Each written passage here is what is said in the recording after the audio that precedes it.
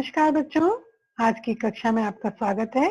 मैं श्रीमती ममता त्रिपाठी, व्याख्याता जीव विज्ञान, राजा भोज शासकीय उच्चतर माध्यमिक विद्यालय 11 क्वार्टर भोपाल से आज आपके समक्ष कक्षा 12वीं की इकाई 10 के अध्याय 14 पारितंत्र के शिक्षण के लिए उपस्थित हूँ। आज हम पारितंत्र भाग 2 के बारे में पढ़ेंगे। तो आइए शुरू करते हैं। अध्याय 14 पारितंत्र। बच्चों, आप पारितंत्र शब्द से परिचित होंगे। यहाँ हम ये चित्र है जिसमें यह जलाशय की पारिस्थितिकी को दर्शा रहा है। इस पारिस्थितिकी या पारिस्थितिक तंत्र की रचना की बात करें तो आप सभी इससे परिचित होंगे। पारिस्थितिक तंत्र में जो मुख्य घटक होते हैं वह होते हैं उत्पादक, उपभोक्ता और अपघटक। इसमें से उत्पादक जो है वो पेड़ पौधे होते हैं, जो कि इस जलीय पारिस्थितिक तंत्र में हम देख रहे हैं। कुछ जलीय पौधे हैं और कुछ इस के आसपास उपस्थित पौधे। इसके अलावा इसमें कुछ उपभोक्ता दिखाई देंगे, जैसे कि कुछ शाकाहारी जीव जो इन जलीय पौधों को खाते हैं, इन्हें हम प्राथमिक उपभोक्ता कहेंगे। ये शाकाहारी होते हैं। फिर आते हैं द्वितीयक उपभोक्ता, जो कि इन प्राथमिक उपभोक्ताओं को खाते हैं। फिर उसके बाद आते हैं तृतीयक उपभोक्ता। तो यहाँ पर आप 3 चित्र देख रहे हैं और इन 3 चित्रों में आप 3 अलग अलग प्रकार के पारिस्थितिक तंत्र को देख रहे हैं। यह जलीय पारिस्थितिक तंत्र है जो पहला चित्र है, और यह एक जलाशय का पारिस्थितिक तंत्र दर्शा रहा है, जबकि यह एक ग्रासलैंड इकोसिस्टम या हम घास के मैदान का पारिस्थितिक तंत्र भी कह सकते हैं।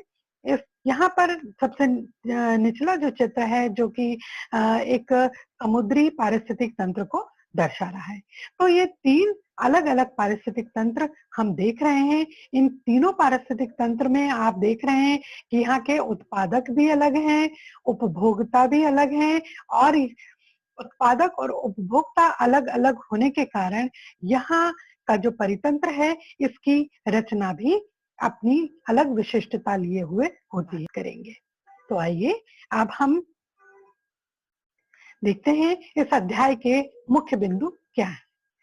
इस अध्याय में है जो मुख्य बिंदु है वह है पोषक स्तर, ऊर्जा प्रवाह और पारिस्थितिक पिरामिड। इन 3 मुख्य बिंदुओं पर आज हम इस अध्याय में चर्चा करेंगे। सबसे पहले हम बात करते हैं पारिस्थितिक तंत्र के पोषक स्तर।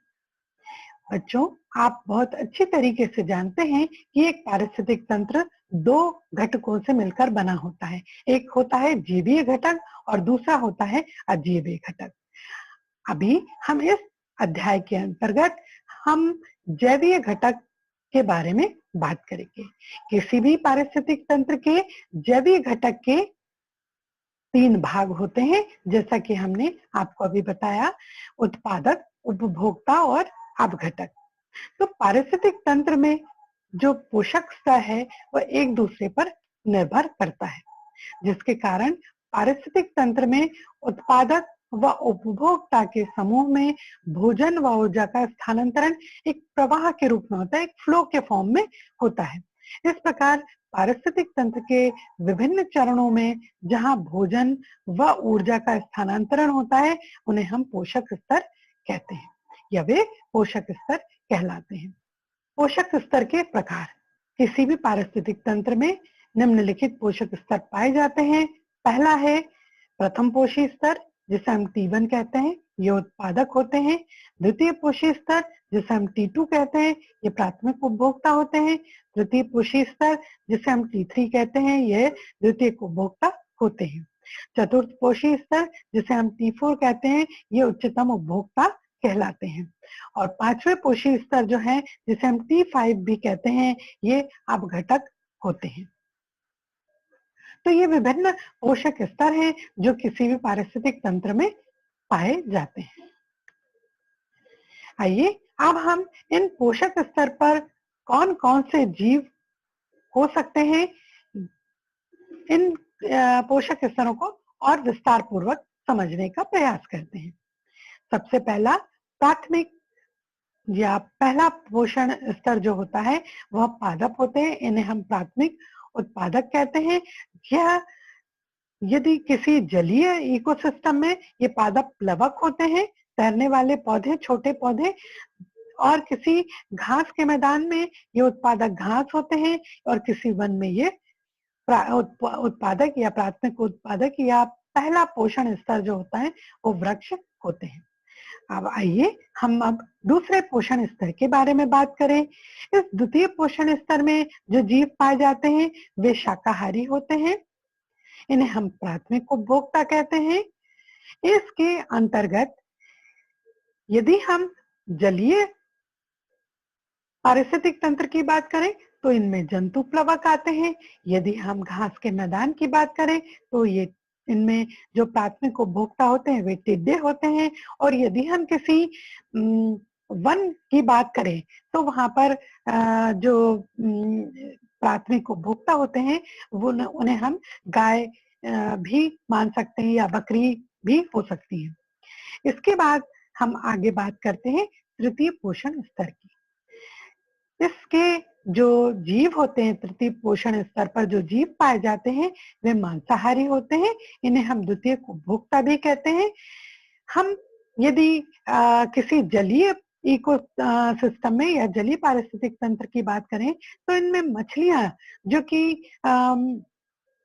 छोटी मछलियों को खाती हैं, उन्हें हम द्वितीय उपभोक्ता, जिन्हें कि मांसाहारी मछली भी कहते हैं, इन्हें हम द्वितीय उपभोक्ता की श्रेणी में रख सकते हैं। फिर है पक्षी। यदि हम किसी घास के मैदान की बात करें तो टिड्डे या अन्य कीटों को खाने वाले जो होते हैं पक्षी होते हैं, जो कि द्वितीय उपभोक्ता कहलाते हैं किसी घास के मैदान के पारिस्थितिक तंत्र के। किसी वन में यदि हम देखें तो द्वितीय उपभोक्ता जो है वो भेड़िए होते हैं। या जंगली जो डॉग्स हैं ये भी जो हैं ये भी मांसाहारी होते हैं, जो कि किसी जीव का भक्षण करते हैं। अब हम बात करते हैं चौथे पोषण स्तर की। तो चौथा पोषण स्तर जो होता है वो उच्च मांसाहारी जीवों का होता है, इन्हें हम चतुर्थ उपभोक्ता या टॉप कंज्यूमर भी कहते हैं या उच्च उपभोक्ता भी कहते हैं। ये हैं मनुष्य और शेर।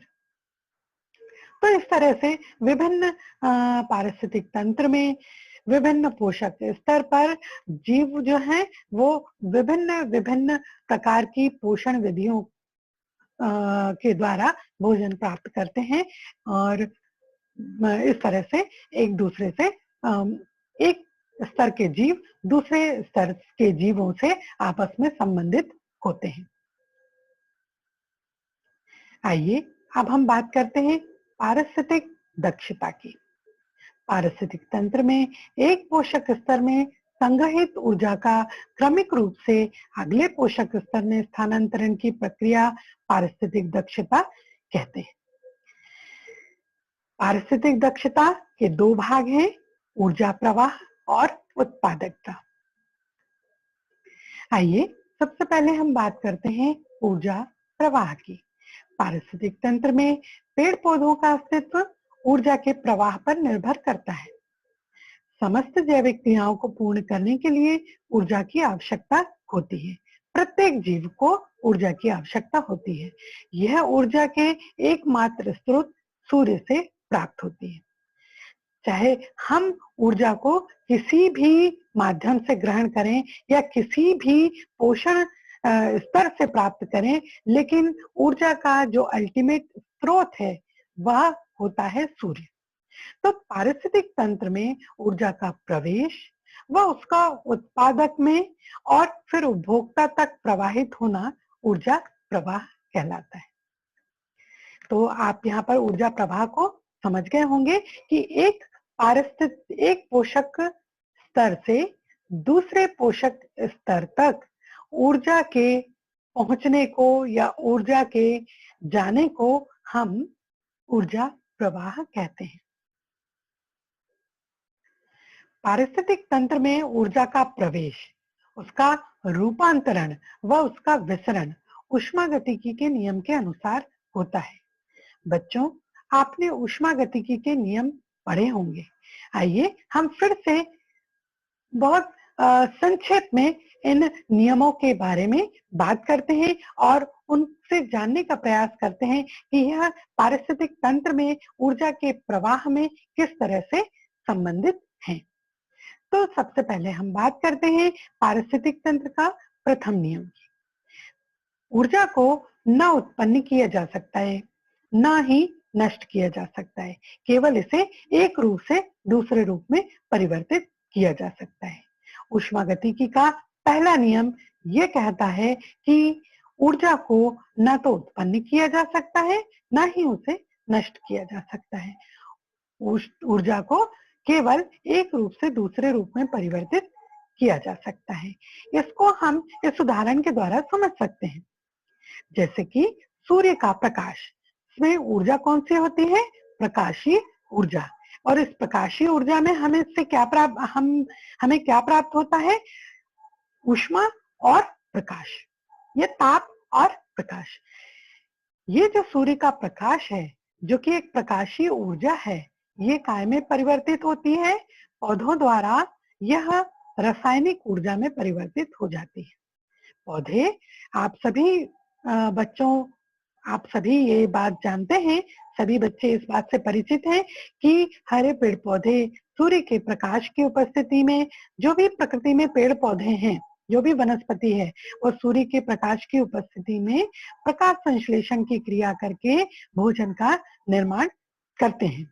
और ये भोजन जो है वो शर्करा के रूप में पौधों में पाया जाता है। तो यहाँ पर जो सूर्य का प्रकाश है, उसमें ऊर्जा कौन सी थी? प्रकाशीय ऊर्जा। यह ऊर्जा पौधों में जब प्रकाश संश्लेषण की क्रिया हुई, तो ये प्रकाशीय ऊर्जा जो है पौधे के भीतर शर्करा का निर्माण करके, उसमें शर्करा जो है वो एक रासायनिक पदार्थ है, तो ये प्रकाशीय ऊर्जा रासायनिक ऊर्जा में परिवर्तित हो गई। तो यहाँ पर ऊष्मागतिकी का पहला नियम काम करता है कि ऊर्जा जो है उसको न तो उत्पन्न किया जा सकता है, न नष्ट किया जा सकता है, इसे एक रूप से दूसरे रूप में परिवर्तित किया जा सकता है, जिसको कि हम अपने जो प्रकृति में उत्पादक हैं, उनमें प्रकाश संश्लेषण की क्रिया में अच्छी तरह से देख सकते हैं और समझ सकते हैं। ऊष्मागतिकी के दूसरे जो नियम है, उसमें के अनुसार जब ऊर्जा स्थानांतरित होती है, तो उसमें ह्रास होता है, कुछ ऊर्जा अनुपयुक्त रह जाती है। पूरी की पूरी ऊर्जा एक फॉर्म से दूसरे फॉर्म तक या एक स्तर से दूसरे स्तर तक नहीं पहुंच पाती। इस बात को हम इस चित्र के द्वारा समझ सकते हैं।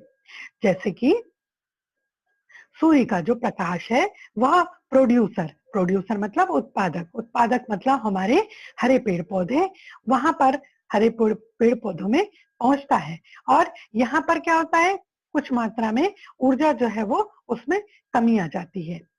ऊर्जा जो है प्रकाशीय ऊर्जा जो है सूर्य की जो ऊर्जा है, जिसमें कि ताप भी है, ऊष्मा भी है, वह भी यहाँ पौधों तक पहुंचते पहुंचते कम हो जाती है। इसके बाद यदि हम बात करें T1 लेवल की या उत्पादकों की, तो उत्पादक जो है, आपको सभी को पता है कि पौधे भी श्वसन की क्रिया करते हैं। तो इस क्रिया में भी कुछ मात्रा में ऊर्जा जो है वो नष्ट हो जाती है और कुछ मात्रा में ऊर्जा जो है वो नष्ट होने के बाद जो बची हुई ऊर्जा है वह प्राथमिक उपभोक्ता जो कि शाकाहारी हैं, हर्बीवोरस हैं, उन तक पहुंचती है। यहाँ पर भी ये भी ऊर्जा का उपयोग श्वसन क्रिया में करते हैं और जब इन शाकाहारी जीवों को मांसाहारी जीव खाते हैं, तो यहाँ पर ऊर्जा जो है, इनकी जो श्वसन क्रिया के पश्चात बची हुई ऊर्जा का उपयोग ही ये मांसाहारी जीव कर पाते हैं, इन शाकाहारी जीवों का भक्षण करके। तो इस तरह से हम हर लेवल पर देख रहे हैं कि ऊर्जा का ह्रास हो रहा है, ऊर्जा में कमी हो रही है और वो अगले स्तर तक पहुंच रही है। ऐसे ही यदि हम देखें तो ये जो मांसाहारी जीव हैं, इनको जब टॉप कंज्यूमर या उच्च कार्निवोरस या उच्च मांसाहारी जीव खाते हैं, तो उनको भी यहाँ पर रिडक्टिव या कम ऊर्जा प्रवाहित होती है। जो जितनी ऊर्जा इस लेवल पर थी उससे कम मात्रा में ऊर्जा यहाँ पर भी प्राप्त इनको होती है, क्योंकि यहाँ पर जो जीव हैं कार्निवोरस, इनमें भी रेस्पिरेशन की क्रिया या श्वसन की क्रिया के दौरान ऊर्जा में कमी आई है। तो इस प्रकार हम देखते हैं कि हर लेवल पर यहाँ से लेकर टॉप कंज्यूमर तक, उत्पादक से लेकर टॉप कंज्यूमर तक लेकर देखें हम कि हर स्तर पर ऊर्जा की कमी हो रही है।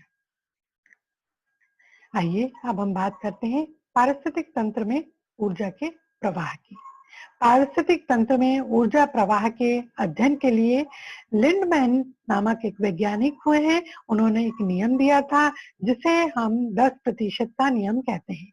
इस नियम के अनुसार प्रत्येक पोषक स्तर में क्रमिक दूसरे पोषक स्तर में कुल ऊर्जा में से 10% ऊर्जा का ही स्थानांतरण होता है।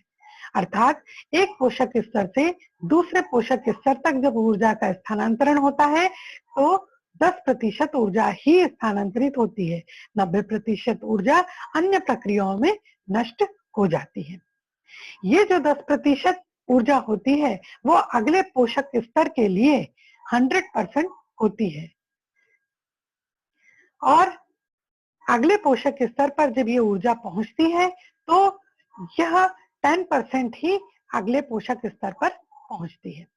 इस तरह से हर लेवल पर 90% ऊर्जा यूज होती है और 10% जो एनर्जी है या ऊर्जा है वही अगले पोषक स्तर तक पहुंचती है। आइए इस चित्र के माध्यम से हम इस 10% के नियम को समझने का प्रयास करते हैं। यहाँ पर आप देख रहे हैं 20,000 किलो कैलोरी एनर्जी यहाँ पर प्रोड्यूसर के पास उपलब्ध है। ये प्रोड्यूसर 90% जो किलो कैलोरी एनर्जी है, मतलब 18,000 जो किलो कैलोरी एनर्जी है, ये प्रोड्यूसर ही खत्म कर देते हैं। केवल 10% 2,000 किलो कैलोरी एनर्जी जो है वही प्राथमिक उपभोक्ता इसको ग्रहण कर पाते हैं। ये जो 2000 किलो कैलोरी ऊर्जा है ये इस प्राथमिक जो उपभोक्ता हैं उनके लिए 100% ऊर्जा होती है। अब ये जो प्राथमिक उपभोक्ता हैं यह भी अपनी जैविक क्रियाओं के द्वारा या विभिन्न क्रियाओं में इस ऊर्जा का इस्तेमाल करते हैं, और यहाँ पर आप देख रहे हैं द्वितीयक पोषक स्तर तक जो ऊर्जा पहुंच रही है वो कितनी है, 200 किलो कैलोरी, जो कि इसका 10% है। प्राथमिक कंज्यूमर को जो ऊर्जा मिली थी उसका 10% है। प्राथमिक उपभोक्ता जो है वह 1800 किलो कैलोरी ऊर्जा, मतलब 2000 का 90% अपनी क्रियाओं में खर्च कर देते हैं, और केवल 10% ही सेकेंडरी कंज्यूमर इसको या द्वितीय उपभोक्ता इसको ग्रहण कर पाते हैं। अब हम बात करते हैं टॉप कंज्यूमर की या उच्च उपभोग, मतलब 180 किलो कैलोरी जो ऊर्जा है वो खर्च हो जाती है या उपयोग में आ जाती है। केवल 10% या जो कि 20 किलो कैलोरी ऊर्जा है ये ही टॉप कंज्यूमर तक पहुंच पाती है।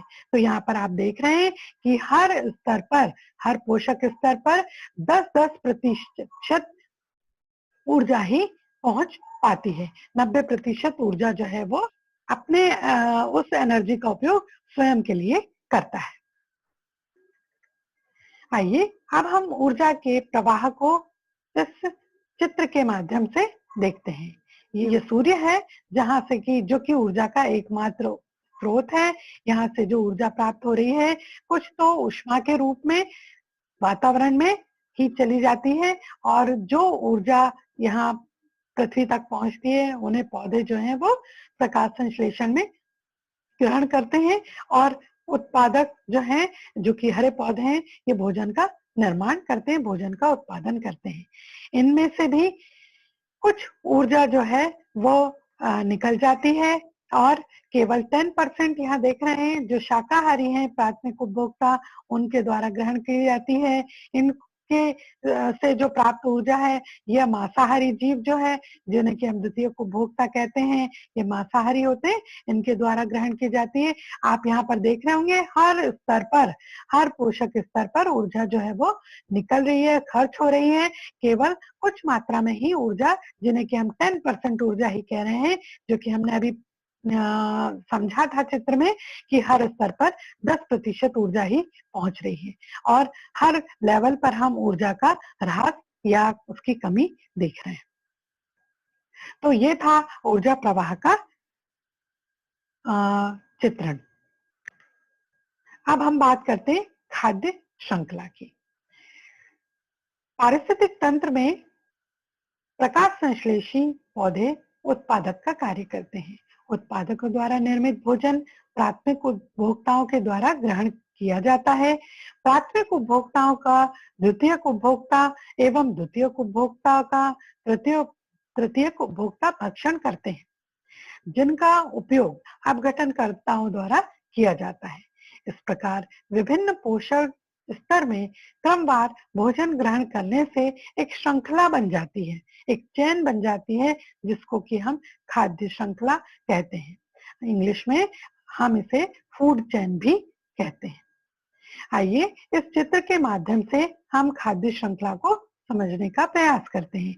यहाँ पर हम देख रहे हैं उत्पादक जो हैं उनको प्राथमिक उपभोक्ता खाते हैं, प्राथमिक उपभोक्ता को द्वितीयक उपभोक्ता और द्वितीयक उपभोक्ता को तृतीयक उपभोक्ता और तृतीयक उपभोक्ता को एपेक्स प्रीडेटर या उच्च उपभोक्ता भक्षण करते हैं। तो इस प्रकार से ये एक श्रृंखला बन जाती है, जो कि खाद्य श्रृंखला कहलाती है।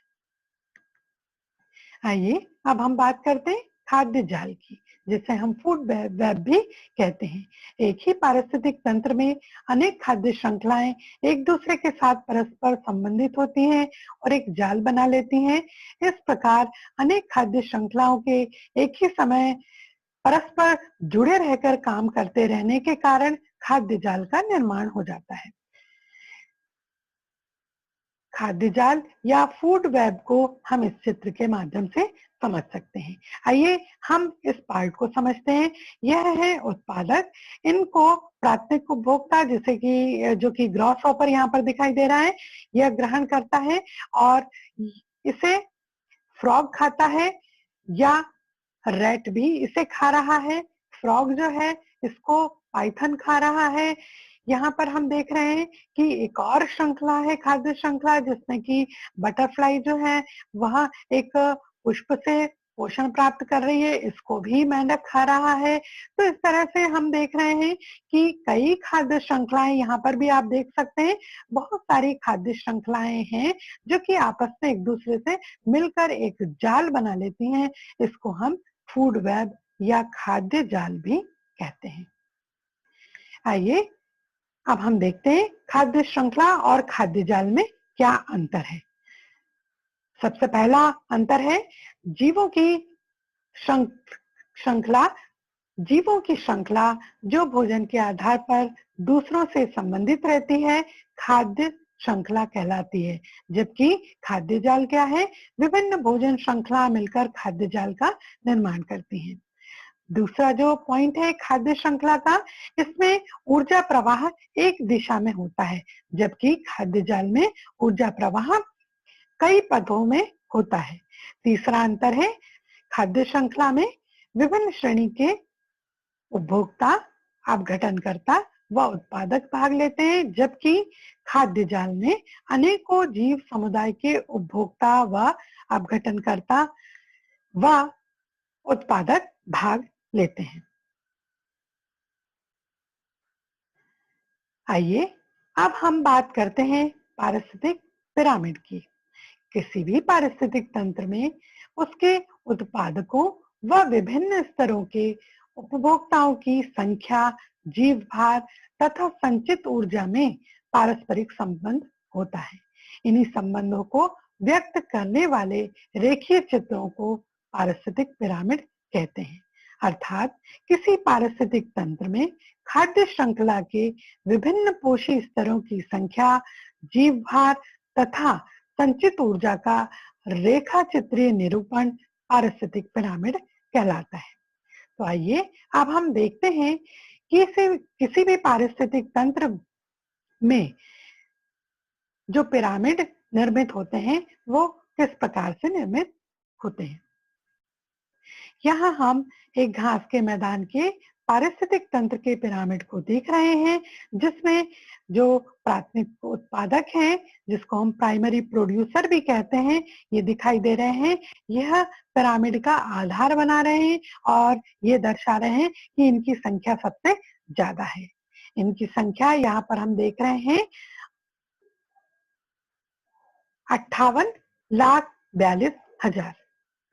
अब हम इस पिरामिड के दूसरे लेवल को देखते हैं, जो है प्राथमिक उपभोक्ता, जिसको कि हम प्राइमरी कंज्यूमर भी कहते हैं। इनकी संख्या हम देख रहे हैं 7,08,000। इसके बाद हम बात करते हैं द्वितीयक उपभोक्ता की,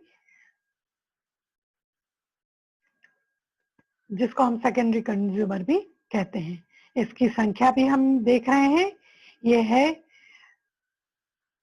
35,400। और सबसे आखिरी में तृतीय पोषक स्तर, जिसको कि हम टर्शरी कंज्यूमर भी कहते हैं, इसमें हम देख रहे हैं इनमें जो संख्या है वह है 3। तो यहाँ पर हम देख रहे हैं कि जीव संख्या का जो पिरामिड होता है वह कैसा होता है, सीधा दिखाई देता है। आइए अब हम जीव भार के पिरामिड को देखते हैं। यहाँ पर हम देख रहे हैं जीव भार के पिरामिड। इसमें उत्पादक जो है वहां हम इसकी मात्रा को देख रहे हैं। इसके बाद हम जो कि 809 है, फिर हम प्राथमिक उपभोक्ता प्राइमरी कंज्यूमर को देख रहे हैं। इसकी जो शुष्क भार है वो 37 है। फिर द्वितीयक उपभोक्ता जिसका शुष्क भार 11 है और तृतीयक उपभोक्ता इसका शुष्क भार जो है वो 1.5 है। यह एक दलदलीय पारिस्थितिक तंत्र के जीव भार का पिरामिड दिखाई दे रहा है। अगला जो पिरामिड है वो ऊर्जा का पिरामिड है। इसमें हम देख रहे हैं कि प्राप्त ऊर्जा, उसकी मात्रा यहाँ पर दिखाई दे रही है। इससे जो ऊर्जा प्राप्त हो रही है, जो कि उत्पादकों द्वारा या प्रोड्यूसर द्वारा ग्रहण की जा रही है, वो है 10,000 जूल। ये जो उत्पादक हैं उनमें 10,000 जूल ऊर्जा है, जबकि हम प्राथमिक उपभोक्ता या प्राइमरी कंज्यूमर की बात करें तो उनमें केवल 1,000 जूल ही ऊर्जा प्रदर्शित हो रही है। द्वितीय कंज्यूमर या द्वितीय उपभोक्ता या सेकेंडरी कंज्यूमर में 100 जूल एनर्जी प्रदर्शित हो रही है, जबकि तृतीय उपभोक्ता या टर्शरी कंज्यूमर में 10 जूल एनर्जी प्रदर्शित होती दिखाई दे रही है। अब यहाँ हम देख रहे हैं जैव मात्रा या जैव संख्या का पिरामिड, जो कि हमें उल्टा दिखाई दे रहा है। जब कभी भी हम किसी परजीवी का पिरामिड बनाते हैं तो हम ये पिरामिड उल्टा पाते हैं। जैसे कि यहाँ पर एक वृक्ष है, इस वृक्ष पर वृक्ष एक है, इस पर कई चिड़िया जो हैं, कई बर्ड्स आकर बैठती हैं। इन बर्ड्स के ऊपर कई पैरासाइट होते हैं। एक बर्ड के ऊपर कई सारे पैरासाइट पाए जाते हैं और इन एक पैरासाइट पर कई हाइपर पैरासाइट्स भी देखने को मिलते हैं। तो इस प्रकार हम देख रहे हैं कि ये पिरामिड जो है वो उल्टा दिखाई दे रहा है। जीव संख्या का जो पिरामिड है वह उल्टा हमें दिखाई दे रहा है। तो जब कभी भी परजीविता की बात हो, परजीवी जब हम देखें किसी जीव पर, तो उसमें हम पिरामिड उल्टा पाते हैं। अब हम देख रहे हैं जैव भार का पिरामिड। ये पिरामिड भी हम यहाँ पर देख रहे हैं उल्टा हमें दिखाई दे रहा है। जब हम बात करते हैं जलीय पारिस्थितिक तंत्र की, तो जलीय पारिस्थितिक तंत्र की यदि हम बात करें तो इसमें हम देखते हैं कि जो प्रोड्यूसर हैं, जिनको कि हम उत्पादक कहते हैं, वे फाइटोप्लैंक्टन हैं, मतलब प्लवक जो होते हैं, इनका भार कम होता है और ये प्रोड्यूसर होते हैं। इन प्रोड्यूसर या उत्पादक को जो समुद्री या जलीय जीव हैं, जलीय मछलियां जो कि शाकाहारी मछली होती हैं, वे मछलियां इनको खाती हैं, जिनका भार इन प्लवक की अपेक्षा अधिक होता है। इसके बाद हम बात करते हैं मांसाहारी मछलियों की। उसको हम देख रहे हैं कि इनका भार जो है वो सबसे अधिक होता है। तो यहाँ जैव भार का पिरामिड देखें तो जलीय जीवन में ये हमें उल्टा पिरामिड प्राप्त हो रहा है। तो आज हमने इस अध्याय में पोषक स्तर, पारिस्थितिक दक्षता, ऊर्जा प्रवाह, उत्पादकता व पारिस्थितिक पिरामिड की चर्चा की। बच्चों, आज की इस चर्चा को या इस वीडियो को आधार बनाते हुए आप अपने पुस्तक से इस अध्याय को दोबारा पढ़ेंगे और समझेंगे। इसके अलावा आपके जो अभ्यास प्रश्न हैं, उन प्रश्नों को आप अपनी अभ्यास पुस्तिका में हल करेंगे। आज के लिए इतना ही। धन्यवाद।